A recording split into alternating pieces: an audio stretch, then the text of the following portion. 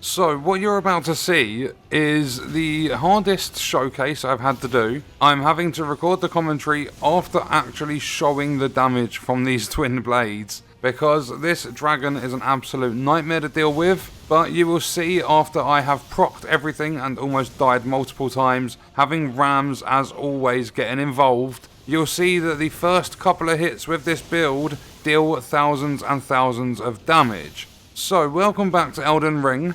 In this video we are going through how you can make the best bleed build in the game. And this is going to be kind of like a continuation from a previous build, but it's more an explanation and going in depth about how you actually build with bleed, and the fact that overdoing it can actually cause a loss in attack power. So the twin blades, the reason I put broken OP in the title, they are the absolute best when it comes to a blood loss build-up.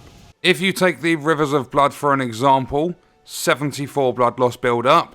If you look at the Uchi-Katana, 45. And even if you was to put seppuku on the Uchi-Katana and put the blood affinity, that blood loss build-up goes to 110.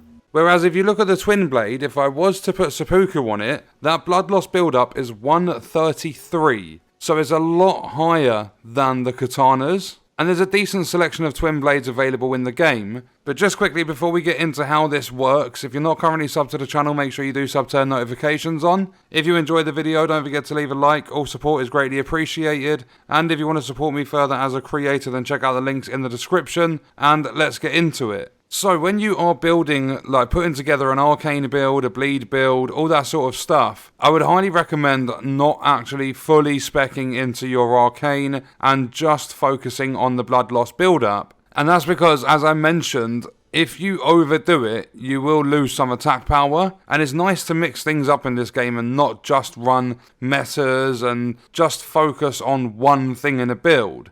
So if you're running an arcane build, I would put some dexterity in there as well. Obviously the higher your stats, the better it's going to be.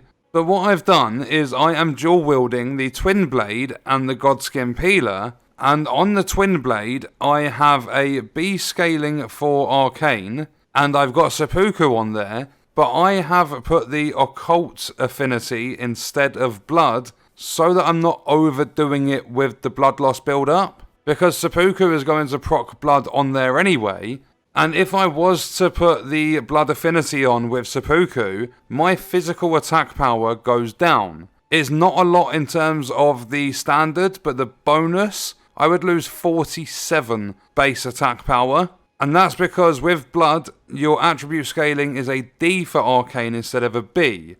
So what I've done is put seppuku on the twin blade, I've put the occult affinity, and then on the godskin peeler, I've put an ash of war called Chilling Mist, and I've also put the cold affinity, because that is going to push the dexterity scaling up to a B, and it's going to apply frost build up. So in this build, we are not only proccing bleed, but we are proccing frost as well. So it opens you up to dealing more than one status effect, and is being tested against a lot of different enemies. Having the blood affinity doesn't always do the most damage, even in a bleed build. It will more than likely help out with how many hits you actually have to land on an enemy before you proc the build up, but overall in the long run it deals more damage to not always put blood on, and with the occult, even though it might take a little bit longer over time to proc the bleed, it deals more damage because of your physical attack power. So it's all essentially just focusing on the attack power stats and just having a look at them and getting them as high as you possibly can.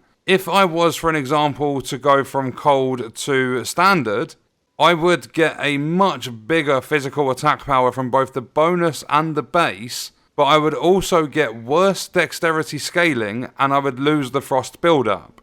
If I was to put keen on it, I would get a better attack power but lose the frost build-up. It would also scale better with dexterity, so your base attacks are going to be a lot stronger, but you're not going to get that frost damage. And the reason you want to go for the passive effects and all the different build-ups, And the reason I really enjoy the Frost build-up on this game is because Frost doesn't only deal damage, it lowers the damage absorption, so basically lowers the defense on enemies, and it also lowers their stamina recovery, so they can't use their skills and stuff as often. The defense, or the damage absorption, it lowers it by 20%.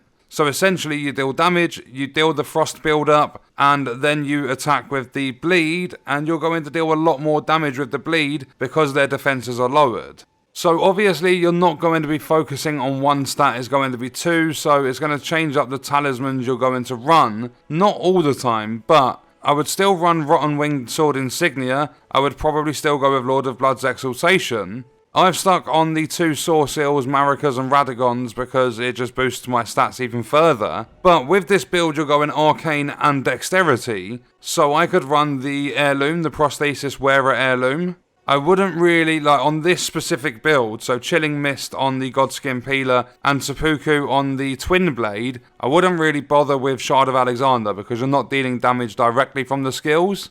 Another one you could run is the Godskin Swaddling Cloth if you wanted to build your health back up as you're attacking, because you will be running these sorts of builds similar to your typical bleed builds, your katana builds and all that sort of stuff. You're going to be dealing a lot of successive attacks. If you just do a jump and left bumper, it's 4 attacks in just one simple move. And then you'll see every time we swing, it's dealing 2 attacks at the same time. So that's pretty much going to do it for the video. I just wanted to bring this to your attention if you wasn't aware. If you're running katanas and you want to deal more damage, I would switch out for twin blades. And when you are applying Ashes of War, never just look at the build up itself, never just look at the attack power.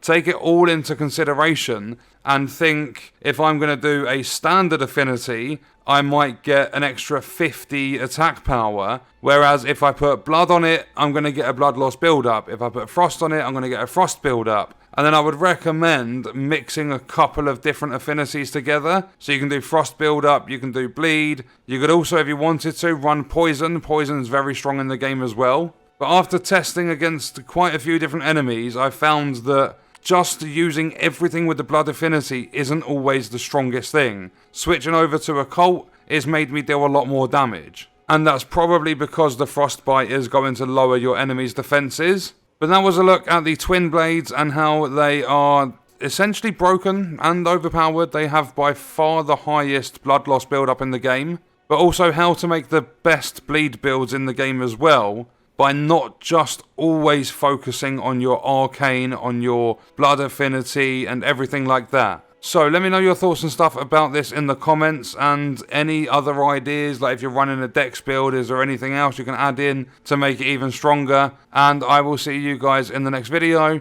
I hope you enjoyed it.